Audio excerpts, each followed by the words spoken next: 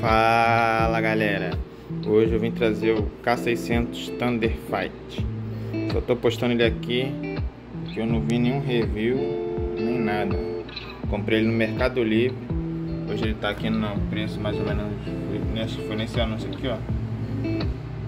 Tá no preço de R$95, tá? E aqui no anúncio, tô dando aqui para o anúncio, ele disse Switch Gateron Blue, tá? Padrão Estados Unidos.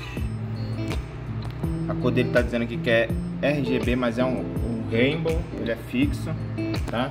Vou mostrar mais a configuração dele, como é que é. Aqui vem essa caixa, ele é bem genérico, tá? Aqui diz que é preto, mas é azul, já deixei um aqui solto.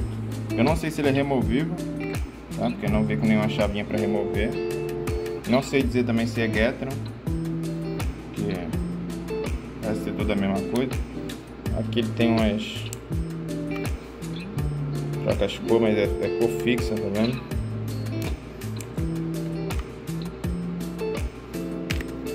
Mostrando atrás da caixa, diz que é preto, mas é switch azul, né? É esse modelo aqui, ó, preto.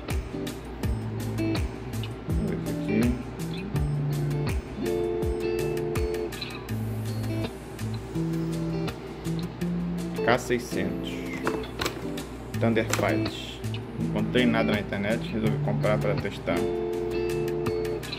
Ele aqui tá saindo a R$97, mas eu só comprei porque tinha um cupom de R$30, ele saiu a R$65.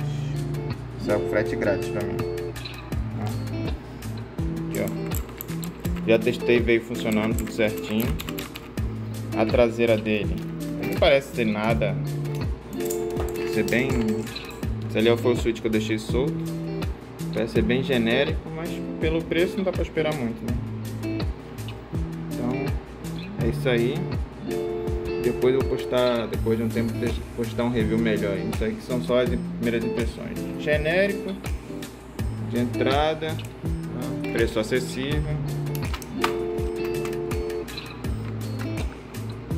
Na caixa dele só vem ele e esse manual em chinês, também não dá pra entender nada.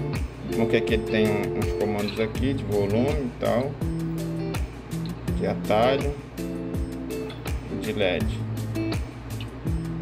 tá?